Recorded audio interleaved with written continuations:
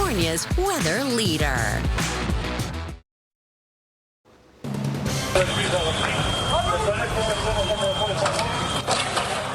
Now at 5 a.m., ballistic missiles hitting key Israeli and U.S. targets overnight. The growing tensions in the Middle East as President Trump weighs a ground operation.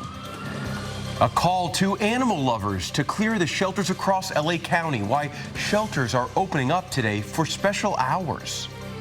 And some slightly cooler temps across SoCal today, but it won't last long. A live look outside on this first Sunday of spring. Now, Southern California's news leader, ABC 7 Eyewitness News. Good morning. I'm Josh Haskell in for Tim Caputo. And I'm Irene Cruz. The war is intensifying in the Middle East. Iranian missiles hit southern Israel overnight, causing mass casualties in the city of Arad. President Trump is now giving Iran a 48-hour ultimatum. He vows to obliterate their power plants unless the Strait of Hormuz reopens.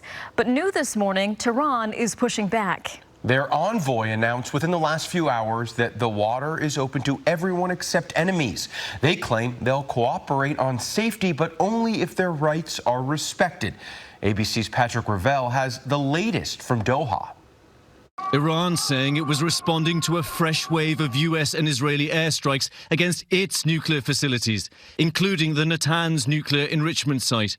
Natanz was already bombed at the start of the war, this satellite image showing damage from then. CENTCOM painting a much different picture of Iran's remaining capabilities. Iran has lost significant combat capability over the last 3 weeks. Iran is still managing to launch dozens of missiles and drones a day and maintaining its stranglehold on the Strait of Hormuz. The U.S. is now sending thousands more troops to the Gulf, a second Marine expeditionary group seen departing this week. As speculation grows, President Trump might use ground troops to reopen the strait, or even seize Iran's Karg Island. Back in the U.S., funeral services today for 2 Iowa soldiers killed in the attack on an American base in Kuwait at the start of the war. 20-year-old Sergeant Declan Cody and 45-year-old Major Jeffrey O'Brien. The first group of 2,500 Marines is due to arrive here in the Gulf this week, but the second expeditionary unit won't get here for at least 2 more weeks, which means that any military operation could still be weeks away. And in the meantime, of course, the global economic damage continues to grow.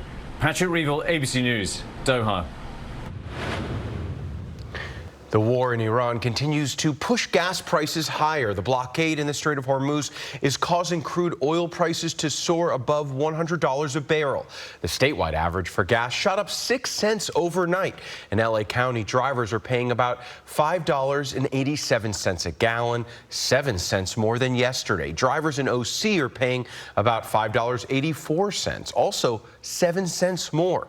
And in Riverside, gas is about $5.74 a gallon, 8 cents higher than yesterday. Yeah, we are all feeling it at the pump. And something else we're feeling this weekend, slightly cooler, which is a nice reprieve, you know, from all the heat we've been dealing with, the summer-like temperatures. But now it's the first weekend of spring, and it's a little bit nicer. Yeah, it did drop quite a bit yesterday. And if you were in the sun, maybe you're saying, I don't know, I didn't feel it that much. But we are seeing temperatures dropping again as much as a couple degrees today from just yesterday. And our temperatures are expected to be in those mid to low 80s today. Taking a look here over Long Beach, you can see some of that fog formation has started. We do have a special marine statement out there for some of that visibility limited down to less than a mile. It's a nautical mile out to sea. But everything onshore and inland, we're seeing some of that visibility down to about 5 to 7 miles right now. Long Beach, 60 degrees, getting that cloudy sky, but mostly just that fog. Very light to calm winds this morning. You can see the fog visibility here again, anywhere from 5 to 7 miles in visibility. A little bit worse there, a little further south, areas like Carlsbad, down to about 4 miles and 3 miles in visibility in San Diego. If you're headed in that direction this morning, just be cautious. We are going to see some low visibility as you continue your morning. Most of that is expected to be in lifting by the mid-morning hours. Temperatures are cooler this morning as well, 1 to 4 degrees cooler from Long Beach to Burbank. And now finally, Palmdale getting a cooler temperature this morning by 13 degrees from just yesterday. All right, taking a look at our area forecast. Beaches about 69, 70 degrees today. We're going to be looking at LA and Orange County around 80 degrees to maybe mid 80s. And then the Valley, IE pushing the upper 80s today. but warmer temperatures are still headed our way, unfortunately. We'll talk more about that coming up. All right, Carly, thank you.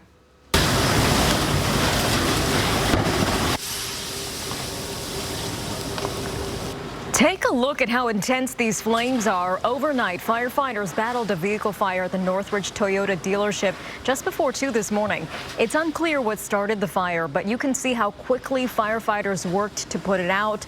The blaze damaged several vehicles. The cause of the fire is under investigation. New details from Colton police after video was released seeming to show officers using force while taking a pursuit suspect into custody.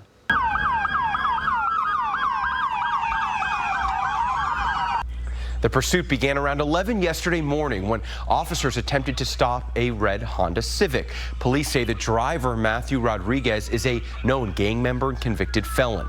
Colton police say Rodriguez led them on a chase for nearly an hour, during which he was driving erratically, intentionally trying to hit police cars, and even making shooting gestures at officers. The pursuit ended after Rodriguez hit a parked car.